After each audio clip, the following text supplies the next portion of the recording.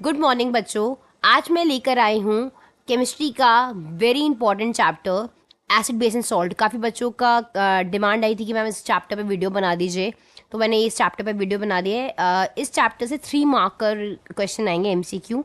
Quickly जल्दी से revision करते हुए चलते हैं, ठीक है। और मैं बताऊंगी किस किस टॉपिक से एमसीक्यू आते हैं, वो टॉपिक भी इंपॉर्टेंट है, ठीक है। चलिए स्टार्ट करते हैं आज chapter acid base and salt. इस वीडियो में मैंने इस एसिड टॉपिक कवर किया है। उसकी नेक्स्ट वीडियो आएगी जिसमें बेस होगा। एक टॉप वीडियो आएगी पीएच वाली is that very important video, ठीक है। चलिए without wasting any time start करते हैं। आज chapter name is acid base and salt. Next start करते हैं। एसिड क्या होता है आपको पता है? अगर आपको सेवेंथ अपनी याद हो तो एसिड वो सब्सटेंस होते हैं which taste whose taste is sour, जिसका टेस्ट क्या होता है? सॉर होता है। सॉर कहने का मतलब है, पहले हम डेफिनेशन पे चलते हैं। Acid that substance that taste sour in water turns blue litmus. ये लिटमस बस इतनी लाइन याद रखो कि एसिड वो सब्सटेंस है जो सॉर जिसका टेस्ट होता है। सॉर मतलब खट्टा टेस्ट होता है, ठीक है। और ये बेस को न्यूट्रलाइज करते हैं। एसिड अगर मैं नॉर्मली करूँ, एसिड वो सब्सटेंस होते हैं जिनके आगे, मोस्टली एसिड वो सब्सटेंस जिनके आगे एच लगा होता है। जिनके आगे एच लगा होता है वो एसिड में कंसिडर होता है। जिनके आगे एच लगा होता है वो एसिड में कंसिडर होता है। जैसे अगर मैं साइड में लिखूं आपको H2SO4, HCl, HNO3, सबके आगे एच एच एच लगा हुआ है, तो ये सारे एसिड कैटेगरी में काउंट होते हैं। और एसिड वो होते हैं जिनका टेस्ट क्या होता है? सोर होता है, सोर। अब बेस का टेस्ट क्या होता है? बिटर। बी से बेस, बी से बिटर। एसिड का टेस्ट सोर, सोर मतलब खट्टा, खट्टा, ठीक है, खट्टा टेस्ट होता है। चलिए स्टार्ट करते हैं। सॉरी।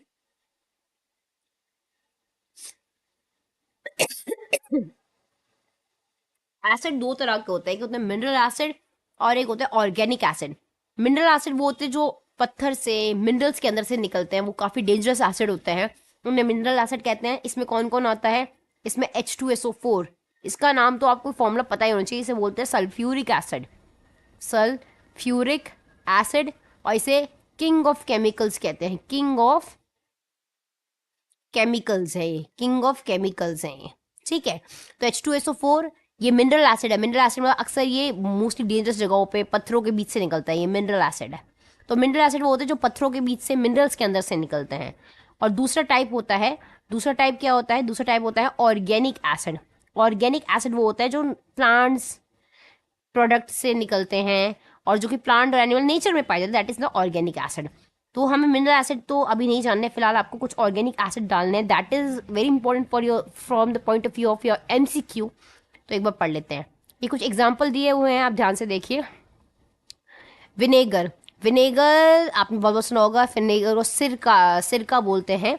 इसमें एसिटिक एसिड होता है जो आपके चाउमिन में डलता है, अचार में, पिकल्स में डलता है। एसिटिक, विनेगर में एसिटिक एसिड होता है, ये ब्राउन कलर का होता है। चाउमिन में तो बहुत कॉमनली आपने देखा होगा। एप्पल में मैलिक एसिड होता है। एप्पल में कौन सा एसिड होता है? मैलिक एसिड होता है, ठीक है। ये मैं आपको क्यों बता रही हूँ, बिकॉज ये एमसीक्यू में पूछे जाते हैं। और लेमन में सिट्रिक एसिड होता है, लेमन खट्टा सिट्रिक एसिड होता है। टोमेटो में ऑक्जाइलिक एसिड होता है। ग्रेप्स में टार्टरिक एसिड होता है। मिल्क में लैक्टिक एसिड होता है। और एंट स्टिंग में फॉर्मिक एसिड होता है। कुछ एसिड देखो, ये प्लांट और एनिमल से निकले हैं, तो दीज आर ऑर्गेनिक एसिड। फिर से एक बार ये रिवीजन करते हैं। विनेगर में एसिटिक एसिड, ग्रेप्स में टार्टरिक एसिड, लेमन में सिट्रिक एसिड, टोमेटो में ऑक्सैलिक एसिड, एप्पल में मैलिक एसिड, एंट में formic acid. This is very important from MCQ point of view, ठीक है। तो याद रखना, vinegar acetic acid, apple malic acid, tomato oxalic acid, grapes tartaric acid, grapes tartaric acid और grapes tartaric acid, milk formic acid और milk, sorry, lactic acid and sting. And sting, and काटते तो जलन होती है। एंड स्टिंग हो गई, चाहे बी स्टिंग हो गई, चाहे मधुमक्खी की काटने से भी यही सेम एसिड निकलता है, फॉर्मिक एसिड, ठीक है। हम आगे बढ़ते हैं। अभी मैंने आपको बताया एसिड आर दो सब्सटेंस दैट टेस्ट सोर एंड टेस्ट, जिनके खट्टा टेस्ट होता है, ठीक है। और ये बेस को न्यूट्रलाइज कर देते हैं। जिनके आगे एच लगा होता है वो एसिड होता है, एक्सेट्रा बहुत सारे एसिड होता है। अभी दो का एग्जाम्पल दिया है। And acid is any substance and any hydrogen containing substance that is capable of donating proton, hydrogen, ion to another substance. देखो ये लाइन बहुत इंपॉर्टेंट है, this line is very important, ठीक है, this line is very important. Acid जो होता है वो H प्लस आयन की वजह से जाना चाहता है। H प्लस आयन क्या होता है, प्रोटॉन बोलते हैं इसको। प्रोटॉन मतलब क्या होता है, आप तो कहोगे मैम प्रोटॉन प्लस होता है, +1, हाइड्रोजन भी तो +1 है, इलेक्ट्रॉन्स निकल गए, इलेक्ट्रॉन्स निकल गए।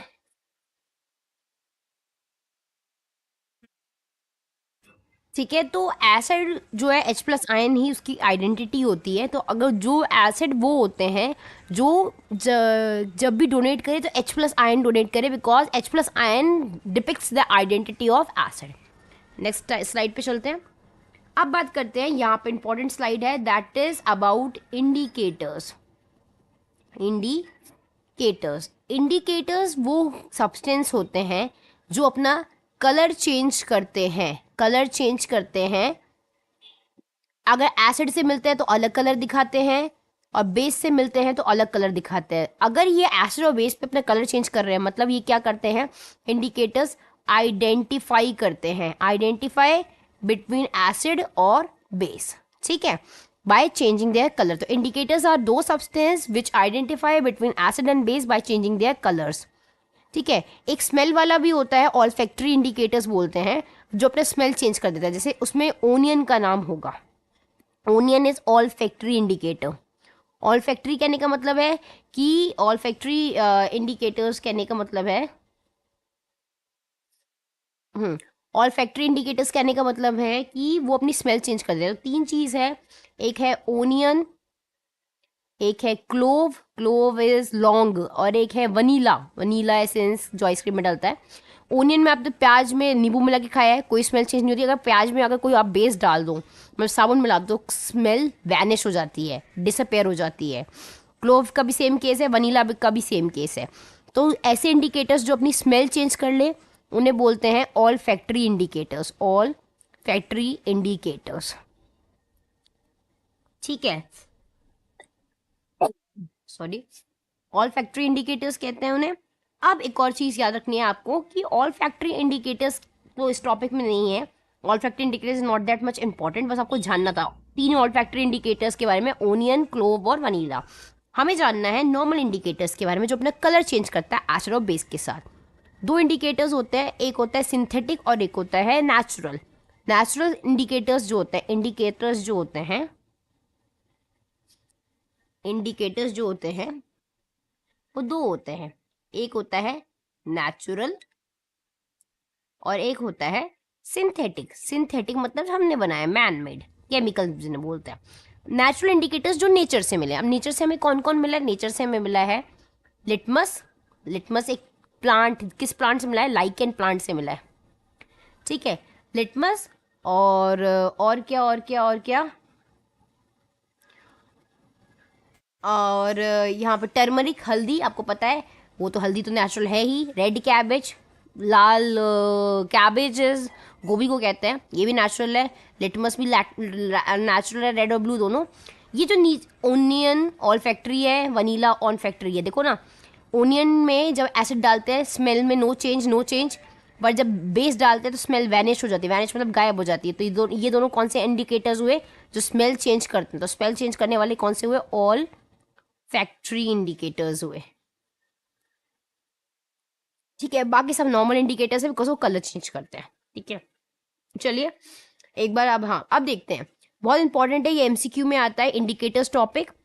रेड लिटमस का एक्चुअल कलर पर्पल होता है, पर हम उसे सुखा के दो लिटमस पेपर बनाते हैं उसके, एक बनाते हैं रेड लिटमस पेपर बनाते हैं और एक बनाते हैं ब्लू लिटमस पेपर, ये सुखा के बनाते हैं। पर एक्चुअल कलर इसका क्या होता है, इसका एक्चुअल कलर होता है पर्पल।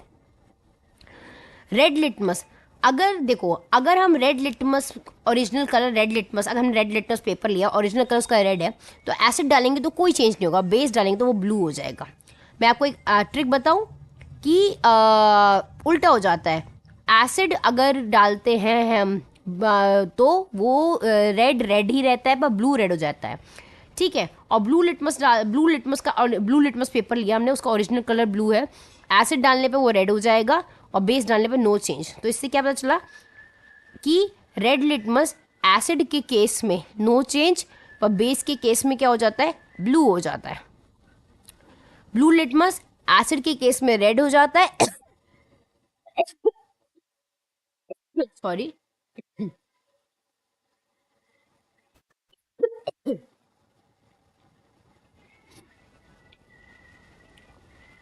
और रेड हो जाता है किसके, ब्लू लिटमस एसिड के केस में ब्लू रेड हो जाता है, और बेस के केस में सेम रहता है, नो चेंज, नो चेंज होता है। ये किसके केस में नो चेंज होता है, बेस के केस में। और रेड किसके केस में होता है, एसिड के केस में होता है।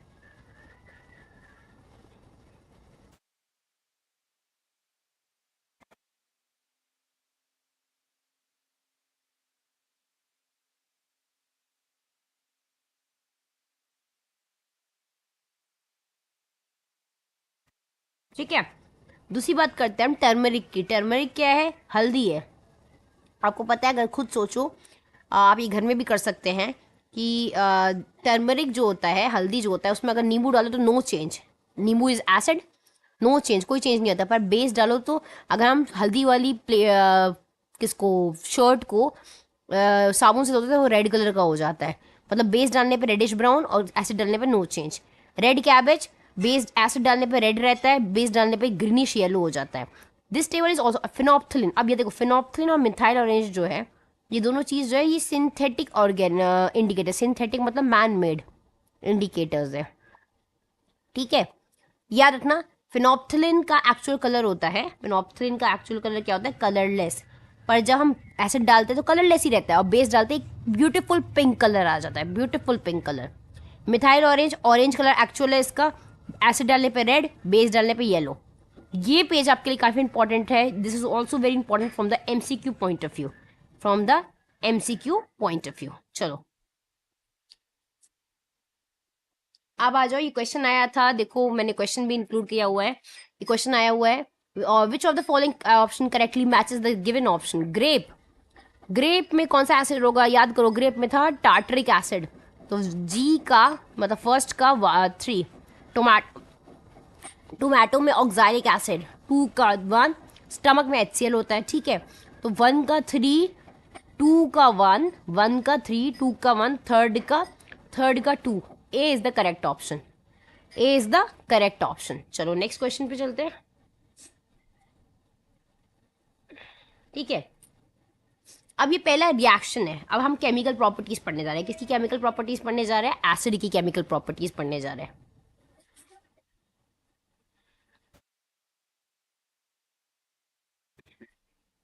पहली ये एक्टिविटी आपके एनसीईआरटी से ली गई है।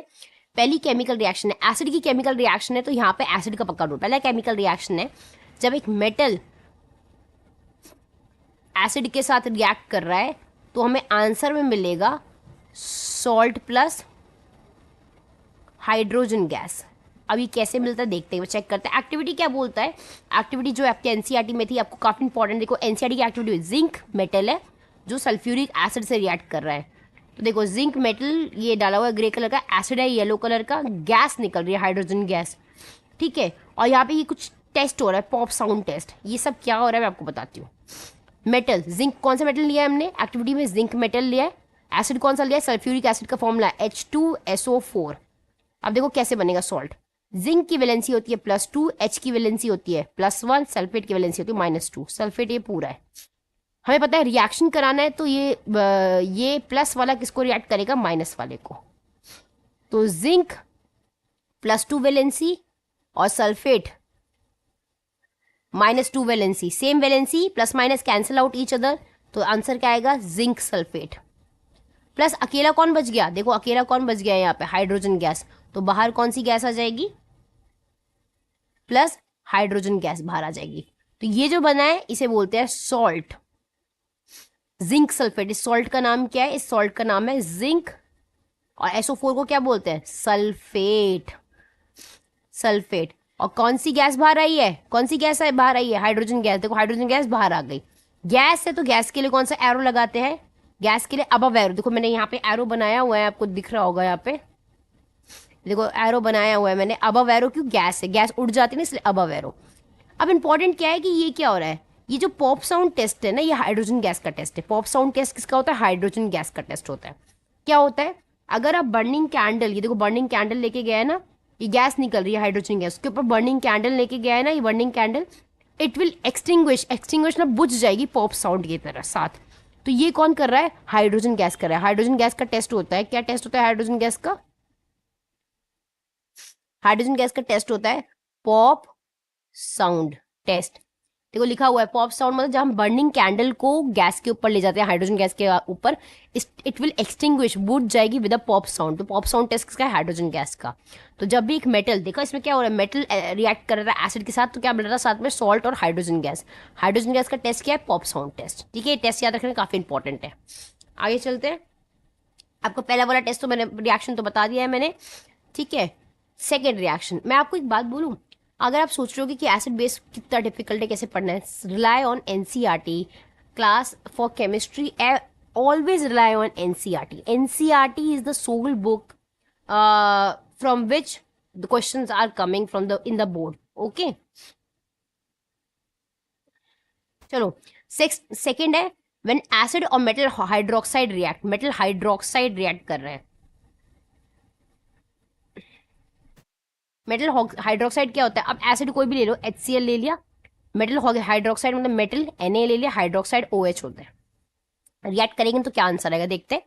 Acid plus H+1 valency, Cl-1 valency, Na+1 valency, OH-1। अगर आपको वैलेंसी निकालना नहीं आता, just comment down this problem in the comment section, तो मैं आपको एक क्विक वीडियो शॉर्ट्स में भी मैं समझा सकती हूँ ये वीडियो की कैसे वैलेंसी निकालते हैं। ठीक है, चलो अब देखो, हमें रिएक्ट कराना है तो प्लस किसको अटैक करेगा, माइनस को, और ये वाला माइनस इस प्लस को। तो देखो पहले Na वाले, Na+1 valency, Cl-1 valency, same valency, plus minus cancel out each other, तो आंसर क्या आएगा, NaCl। H+1 OH-1, same valency, H और OH मिलकर बनाते हैं पानी, H2O। तो जो रिएक्शन होता है ना, when acid react with metal oxide, metal oxide देखो जिसके पीछे OH होता है, जिसके पीछे OH होता है उन्हें बोलते हैं बेस, उन्हें बेस। जिनके पीछे आगे H होता है उन्हें बोलते हैं HCl, उन्हें बोलते हैं एसिड। और जिनके पीछे OH होता है, जिनके पीछे OH होता है उन्हें बोलते हैं बेस। तो मेटल हाइड्रोक्साइड OH बेस। तो जब बेस और एसिड आपस में रिएक्ट करता है, it will give salt plus water. This is a neutralization reaction, very important, again very important reaction from questions point of view, neutralization reaction। Neutral हो गया ना, एसिड और बेस को आपस में मिला दिया, सब कुछ न्यूट्रल हो गया, तो उसने दिया सॉल्ट प्लस वाटर। ठीक है, चलिए आगे बढ़ते हैं, this is very important reaction. Okay, ठीक है, अब नेक्स्ट बढ़ते हैं ये वाला, when acid react with metal oxide. आप कहोगे मैम आपको तो मेटल ऑक्साइड सब कुछ याद है, मेटल ऑक्साइड कोई भी मेटल ले लो, प्लस वैलेंसी वाले is the metal, minus valency वाले इज द नॉन मेटल। हमें कोई भी एसिड ले रहा है, आपके मन का सबसे फेवरेट HCl जो हमारे स्टमक में होता है, HCl ले लिया, इसमें डाला हमने, क्या डाला, मेटल ऑक्साइड, कोई भी मेटल ले लो, Mg ऑक्साइड मतलब O, MgO ले लिया। अब इनको रिएक्ट कराना है, देखो H+1 valency, Cl-1, Mg+2 valency, O-2। अब H प्लस वाला किसको रिएक्ट करेगा, माइनस वाले को, Cl प्लस माइनस वाला किसको रिएक्ट करेगा, प्लस वाले को। अब देखो कैसे बनता है फॉर्मूला, Mg प्लस वाले को हमेशा पहले रखते हैं, प्लस वाले को हमेशा पहले रखते हैं, और माइनस वाले को हमेशा पीछे रखते हैं। फॉर्मूला बनाने में 9th में आपने सीखा होगा, तो इसकी वैलेंसी इसके फुट में जाती है, इसकी वैलेंसी इसके फुट में जाती है, क्या बनेगा, MgCl2, साथ में H और OH मिलके बनाते हैं, H और OH मिलके क्या बनाते हैं, H2O। ठीक है, वो फिर से क्या बना, इसको सॉल्ट बोलते हैं, बोर्ड में हर चीज को सॉल्ट बोलते हैं, कोई भी नई चीज बनती है ना एसिड और बेस से, सॉल्ट कहते हैं। और साथ में क्या मिल रहा है हमें, वाटर, साथ में क्या मिल रहा है, वाटर। तो देखो फिर से देखो, एसिड को मेटल ऑक्साइड से रिएक्ट कराया, मेटल ऑक्साइड से रिएक्ट कराया, तो उसने भी सॉल्ट प्लस वाटर दिया। ये न्यूट्रलाइजेशन से मिलता जुलता है ना, तो हम कह सकते हैं कि ये बात बहुत इंपॉर्टेंट है कि मेटल ऑक्साइड भी बेस होता है, मेटल ऑक्साइड भी क्या होता है, बेसिक प्रॉपर्टी होती है उसमें। तभी तो उसने एसिड और बेस ने मिलके, एसिड और मेटल ऑक्साइड ने मिलके सॉल्ट प्लस वाटर दिया, मतलब मेटल ऑक्साइड और मेटल हाइड्रोक्साइड, हाइड्रोक्साइड अभी थोड़ी देर पहले करा ना, हाइड्रोक्साइड दोनों क्या होते हैं, बेसिक प्रॉपर्टी। कंफ्यूज मत होना बच्चों, ऑक्साइड मतलब, मैं यहाँ लिख देती हूँ, हाँ मैं यहाँ लिख देती हूँ, MgO मेटल ऑक्साइड, ऑक्साइड मतलब पीछे O है, ये भी बेसिक प्रॉपर्टी होती है, इसके अंदर भी बेस होता है। Metal hydroxide MgOH whole twice, OH hydroxide, ये भी बेसिक प्रॉपर्टी होती है, याद रखना, ठीक है। चलो आगे बढ़े। अगर आपको स्क्रीनशॉट लेना है समझने के लिए, या आप मेरे साथ साथ नोट करते जाओगे पढ़ते पढ़ते, तो आपको रिएक्शन आ जाएगा, ठीक है। चलो आगे बढ़ते हैं।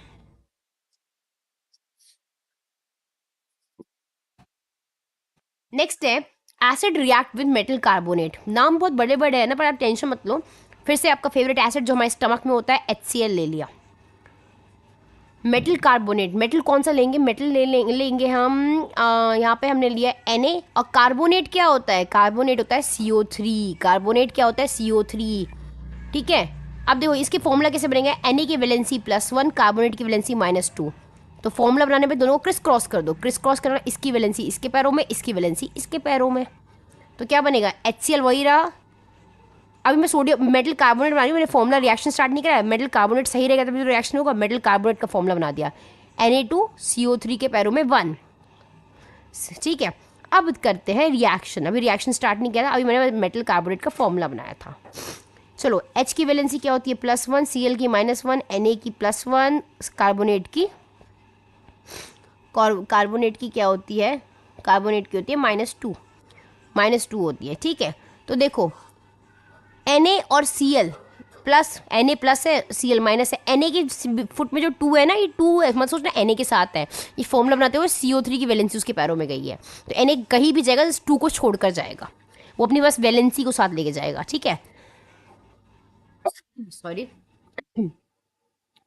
+1 वैलेंसी, तो अब Na+1 Cl को अटैक करेगा, सेम वैलेंसी, तो NaCl बनेगा साथ में। अब देखो जहाँ भी कार्बोनेट होती है, कार्बोनेट से एक बात याद कर लो, कार्बोनेट से कौन सी गैस बाहर आती है, CO3 से हमेशा एक ही गैस, उससे मिलती जुलती CO2 बाहर आएगी, तो साथ में CO2 बाहर आएगा,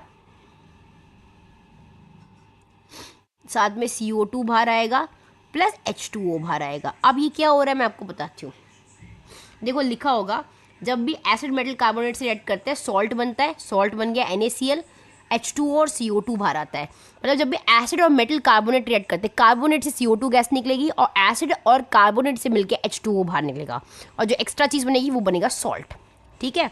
चलो नेक्स्ट रिएक्शन पे चलते हैं। सेम रिएक्शन, सेम ऊपर वाले के एकदम कॉपी सेम है, मेटल हाइड्रोजन कार्बोनेट, बस थोड़ा सा नाम अलग है। मैं तुम्हें बस आपको मैं बनाना सिखा रही हूँ मेटल हाइड्रोजन कार्बोनेट बनता कैसे है, बाकी सब सेम है, बाकी सब सेम है, चाहे कार्बोनेट हो चाहे हाइड्रोजन कार्बोनेट हो, salt plus H2O plus CO2 ही बनता है। मैं आपको बताती हूँ मेटल हाइड्रोजन कार्बोनेट कैसे बनता है।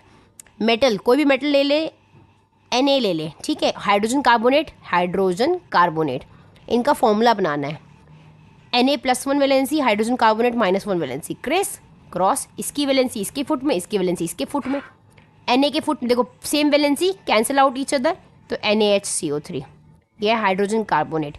इससे जब भी एसिड को रिएक्ट करो तो सेम चीज़ें बनती है, सेम चीज़, एसिड और हाइड्रोजन कार्बोनेट CO2 H2O तो पक्का देगा, ये तो आप लिख लो।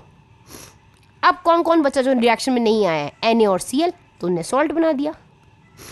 देखो अगर आपको कंपाउंड्स के वैलेंसी आपके पास नहीं है, ये कंपाउंड्स होते हैं, आपने 9th में पढ़ा होगा, जब 2-3 एलिमेंट्स मिलके एक ग्रुप बनाते हैं उसे कंपाउंड कहते हैं, और ये एलिमेंट है। अगर आपके पास कंपाउंड्स की वैलेंसी नहीं है, just write down in the comment section, छोटा सा चार्ट जो आपको लर्न करना है, आपको कंपाउंड्स की प्रॉब्लम ही खत्म हो जाएगी, ठीक है। चलिए आगे बढ़ते हैं, last reaction of this chapter, ठीक है। एसिडिक ऑक्साइड मतलब कोई भी एसिडिक ऑक्साइड ले लो, जैसे कोई भी एसिडिक ऑक्साइड, ये वाला रिएक्शन इज नॉट इम्पॉर्टेंट, कोई भी एसिडिक ऑक्साइड ले लो, जैसे SO2 या CO2 ले लिया आपने, उसको बेस से रिएक्ट करोगे, SO2 प्लस आपने कोई भी बेस ले लिया, बेस NaOH, एसिडिक, आपको क्या पता है मैम एसिडिक ऑक्साइड कैसे होता है, एसिडिक ऑक्साइड मतलब ये रिएक्शन थोड़ा सा आई थिंक गलत आ गया यहाँ पे, आपको ये वाला रिएक्शन नहीं करना है, ठीक है। उसके अलावा ऊपर के सारे रिएक्शंस करने हैं आपको, यहाँ तक इस टॉपिक तक को सारे रिएक्शन करने काफ़ी इंपॉर्टेंट है ये, ठीक है, काफ़ी इंपॉर्टेंट है। चलिए आगे बढ़ते हैं। स्ट्रेंथ ऑफ एसिड, एसिड, दो तरह के एसिड होते हैं, स्ट्रॉन्ग एसिड और वीक एसिड। स्ट्रॉन्ग एसिड वो होते हैं जो पानी में टूट के पूरी तरह, पानी में एक एक चीज़ टूट जाए और हर चीज़ उसके क्या दे, H+ आयन दे। जैसे मैं बताती हूँ एग्जाम्पल दे के, एक एसिड है HCl, एक टेस्ट ट्यूब में और दूसरे टेस्ट ट्यूब में है, देखो दूसरे टेस्ट ट्यूब में है सपोज करो कार्बोनिक एसिड जो कोल्ड ड्रिंक में होता है, H2CO3। कार्बोनिक एसिड जो होता है कोल्ड ड्रिंक में होता है। HCl को जब मैंने पानी में डाला तो पूरी तरह ये H+1 आयन और Cl- आयन में टूट गया, पूरी तरह टूट गया, पूरी तरह डिसोसिएट कर गया। तो ऐसे एसिड और बेस जो पूरी तरह H+ आयन तोड़ देते हैं उन्हें बोलते हैं स्ट्रॉन्ग एसिड। और जब मैंने कार्बोनिक एसिड को डाला वो भी टूटा, H+ आयन उसने दिया और कार्बोनेट आयन की वैलेंसी 2- होती है, दिया उसने, पर वो पूरी तरह ही टूटा। मतलब अगर मैंने 50 ग्राम डाला था तो सिर्फ 25 ग्राम टूटा, 25 ग्राम तो टूटा ही नहीं, पूरी तरह डिसोसिएट करा ही नहीं उसने H+ आयन में, टूटा पर पार्शली टूटा, आधा अधूरा टूटा। ठीक है, तो वो ऐसे एसिड जो पूरी तरह डिसोसिएट हो जाए H+ आयन में, पूरी तरह डिसोसिएट होकर H+ आयन दे दे। मतलब अगर मैंने यहाँ पे 100 ग्राम लिया था तो वो पूरे 100 ग्राम टूट गया, पूरी तरह टूट गया, तो ये स्ट्रॉन्ग है। और जो 50 ग्राम लिया था पर वो 25 ग्राम ही टूटा, 25 ग्राम ही टूटा, मतलब आधा अधूरा टूटा, तो वो वीक है। स्ट्रॉन्ग एसिड और वीक एसिड सर में आया। The when only few molecules of the given amount of acid और बेस फर्निश देयर, जब कुछ ही मॉलिक्यूल टूटते हैं H+ आयन में तो उसे वीक बोलते हैं। और जब पूरे टूट जाते हैं स्ट्रॉन्ग। आप खुद देखो, यहाँ देखो ज़्यादा टूटे हुए स्ट्रॉन्ग, पूरे टूटे हुए, कुछ कम टूटे हुए तो वीक। ठीक है, pH वाली बातें मैं आपको आगे बताऊंगी।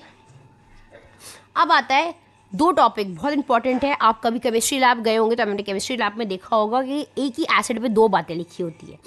एक टेस्ट ट्यूब में लिखा होता है डाइल्यूट और एक टेस्ट ट्यूब पे लिखा होता है कंसनट्रेटेड। मैं एक बार लैब में गई तो मैंने, मतलब जब मैं छोटी थी, अभी तो नहीं, जब मैं छोटी थी तो मैं लैब में गई तो मैंने देखा कि एक ही एसिड के दो अलग अलग बॉटल काफ़ी दूर रखे हुए हैं। मैंने मैम से पूछा तो मैम ने बताया दो अलग अलग प्रॉपर्टी है। मैं अब आपको बताती हूँ कैसे होता है डाइल्यूट एसिड और कंसनट्रेटेड एसिड। देखो, एक टेस्ट ट्यूब पे लिखा हुआ है सपोज करो डाइल्यूट HCl और एक टेस्ट ट्यूब पे सपोज करो लिखा हुआ है कंसनट्रेटेड HCl। ठीक है, ऑब्वियसली बात है डाइल्यूट और कंसनट्रेटेड में कुछ ना कुछ डिफरेंस तो होगा ही ना। तो डिफरेंस क्या है, डाइल्यूट में एसिड की मात्रा, देखो यहाँ पे लिखा हुआ है, मैं पहले ये लिखा हुआ नहीं है, वो अलग मैं बता रही हूँ। डाइल्यूट में एसिड की मात्रा कम होती है और वाटर की क्वांटिटी ज़्यादा होती है। किसकी बात कर रही हूँ मैं, जब डाइल्यूट एसिड हो, चाहे डाइल्यूट बेस हो चाहे डाइल्यूट चीज़ों में वाटर ज़्यादा होता है और जो भी चीज़ सब्सटेंस होती है वो कम होती है। अब अभी कंसनट्रेटेड एसिड की बात करें, कंसनट्रेटेड HCl की बात करते हैं। तो कंसनट्रेटेड HCl के केस में HCl ज़्यादा है, एसिड ज़्यादा है और वाटर कम है। तो डेंजरस कौन सा हुआ, डेंजरस कंसनट्रेटेड वाला हुआ। तो कंसनट्रेटेड में एसिड ज़्यादा वाटर कम, डाइल्यूट में एसिड कम वाटर ज़्यादा। याद रखना, चाहे डाइल्यूट सब्सटेंस हो उसमें वाटर ज़्यादा होता है और कंसनट्रेटेड सब्सटेंस हो उसमें सब्सटेंस ज़्यादा होता है।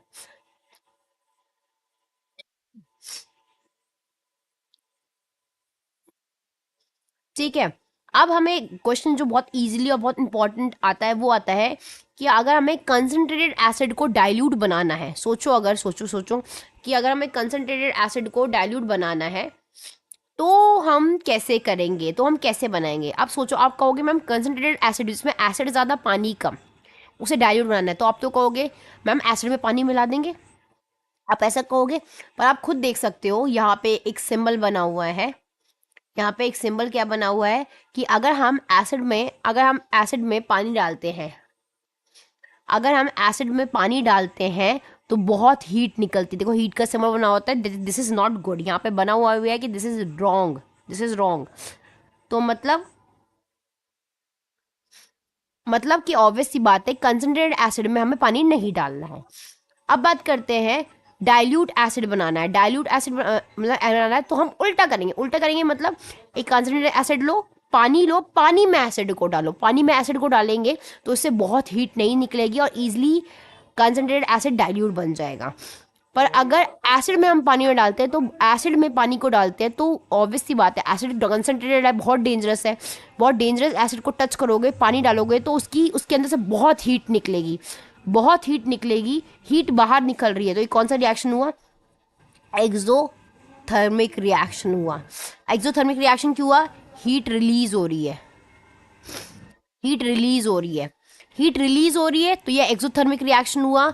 हम इतनी हीट रिलीज होती है कि हमारा हाथ हैंडल नहीं कर सकता, तो ऑब्वियस सी बात है कि हम उल्टा करेंगे। हम क्या करेंगे, पानी लेंगे, पानी में कंसनट्रेटेड एसिड डालेंगे। इससे क्या होगा, वो डाइल्यूट भी कर जाएगा और हीट, और एसिड डालते कंटिन्यूसली स्टर करते रहेंगे। स्टर मतलब स्टरर होता है एक ग्लास टाइप का, उसे स्टर करते रहेंगे, घुमाते रहेंगे। समझ में आ गया? तो यार ना, पानी में एसिड डालना है, एसिड में पानी नहीं डालना। अगर हम एसिड में पानी डालते हैं तो हीट बहुत रिलीज होती है, वो एक्सोथर्मिक रिएक्शन हो जाता है और हमारे हाथ पे गिर भी सकता है, वो हमारे लिए डेंजरस है। ठीक है, तो यहाँ पे एसिड टॉपिक खत्म होता है। ठीक है, नेक्स्ट वीडियो में मैं आपके लिए बेस टॉपिक लेके आऊँगी और उस बेस में ही हम पीएच वैल्यू वाली बात पढ़ेंगे। PH and base is very important topic. For more such videos, please subscribe to our channel, House of Emission, and have a nice day, everyone.